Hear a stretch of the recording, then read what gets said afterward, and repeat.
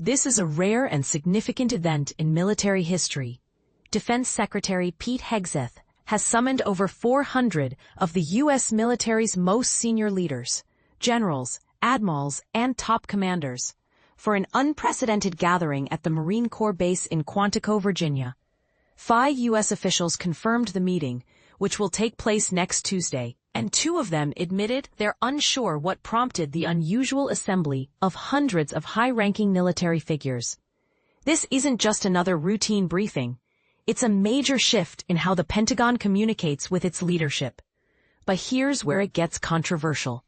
Such a large-scale meeting of active-duty generals and admirals in one location is extremely rare. Normally, senior military leaders meet at the Pentagon or during overseas trips, but this event is set to occur months after Hegseth announced plans to cut 20% of 4-star ranks and remove 15 top officers, including General Charles C.Q. Brown, Jr., then Joint Chiefs Chairman, and Admiral Lisa Franchetti, Navy Chief.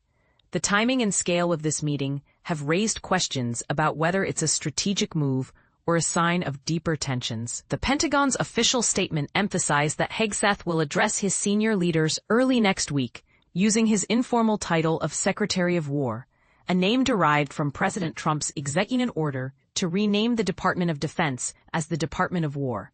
However, the formal change would require congressional approval, so the title remains unofficial. The invitation extended to commanders at the 1-star level and above suggests several hundred high-ranking officials will converge at the base, creating a logistical challenge for planners.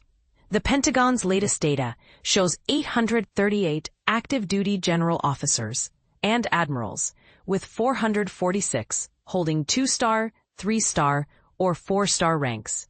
Yet, it's unclear how many of these officers are in command roles versus staff positions. The department hasn't disclosed the exact number of attendees or the meeting's purpose, leaving many officials puzzled by the last-minute call. And this is the part most people miss. While regular meetings between the secretary and senior leaders are common, the size and scope of this gathering raise concerns about security and operational priorities. Some speculate that the meeting may be tied to Hegseth's recent efforts to reduce the number of generals and admirals, which he framed as a less generals, more GIs policy aimed at streamlining bureaucracy and boosting efficiency. But is this a genuine effort to modernize the military, or a political move to reshape the chain of command?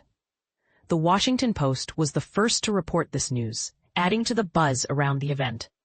As the military community watches closely, one question lingers.